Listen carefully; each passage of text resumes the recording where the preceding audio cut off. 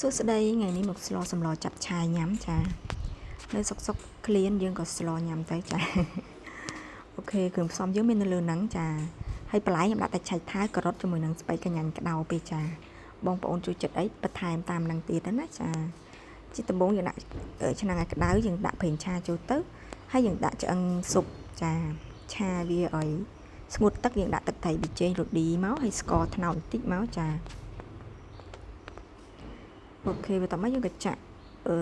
ស្បែកជ្រូកផ្សិតត្រជាក់ក្តៅមួយផ្សិតក្រៀមចូលទៅចាហើយយើងក៏កូរវាត្រឡប់ពី3ត្រឡប់ចាំយើងចាក់ការ៉ុតនិងឆៃថាវចូលចាហើយស្បែកជ្រូកផ្សិតហើយនឹងផ្សិតត្រជាក់ក្តៅហ្នឹងហើយផ្សិតក្រៀមហ្នឹងយើងត្រាំទឹកឲ្យរីកហើយយើងកាត់វាឲ្យស្អាតលាងទឹកឲ្យស្អាតមកណាចាចឹងអត់បានថតទេពេលកាត់ឲ្យត្រាំទឹកហ្នឹងចាអូខេបន្ទាប់មកយើងក៏ទុកវាឲ្យពុះពី3ពុះទៅឲ្យវាហិញទឹកដែលចេញពីបន្លែឬក៏ស្បែកជ្រូកហ្នឹងបន្ទាប់មកចាំយើងចាក់ស្ពៃកញ្ញាញ់ក្តោបចូលចាអូខេបន្ទាប់មកយើងកូរពី3ត្រឡប់ទៅ